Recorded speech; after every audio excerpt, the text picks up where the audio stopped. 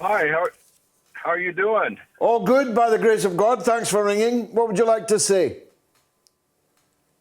Well, I was going to say I have a solution for the pandemic. I don't know if anybody else does, but I thought about it and I did some research, and I know there are plenty of solutions out there that deal with the cold, the common cold, which is the coronavirus in many cases.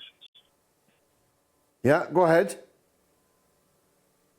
And but I called in to give you my solution to global warming, which is a big solution. My goodness, It's an you are the infrastructure oracle. You can cure the pandemic and climate change. We're all ears, Steve. Go ahead. Yes.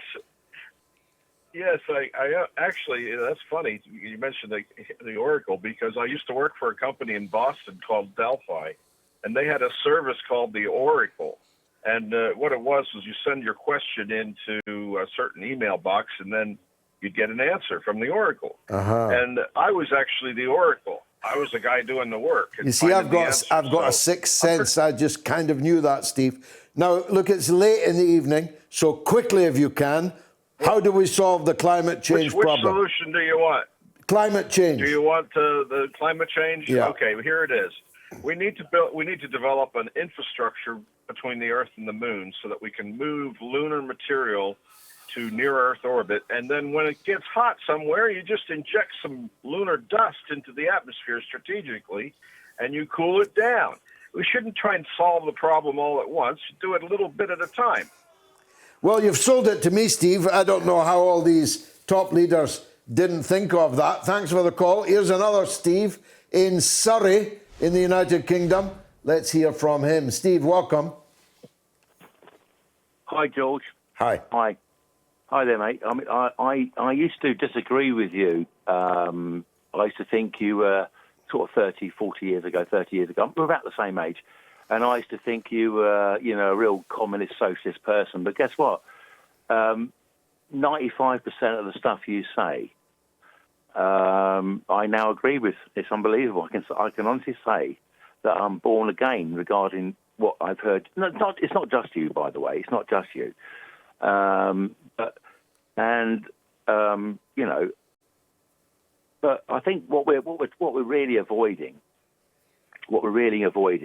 from the whole of this concept of all this stuff, COVID-19, 9/11, all these so-called conspiracy theorists, especially, COP26, global warming, etc. I don't deny, by the way, that human beings aren't polluting the world. I mean, just in my own life, as a hobby, I pick up litter. Yeah. I pick up litter. That's my hobby. I walk around lakes and reservoirs. I have done for virtually all my life. Good for picking you. litter up. I know it's not the same as taking sewage out of rivers. It's living clean and trying to I don't like force other George. people to live clean. I'm all in favour of that. Yes, and so, but I don't see those people picking up litter being the same people that protest on the M25.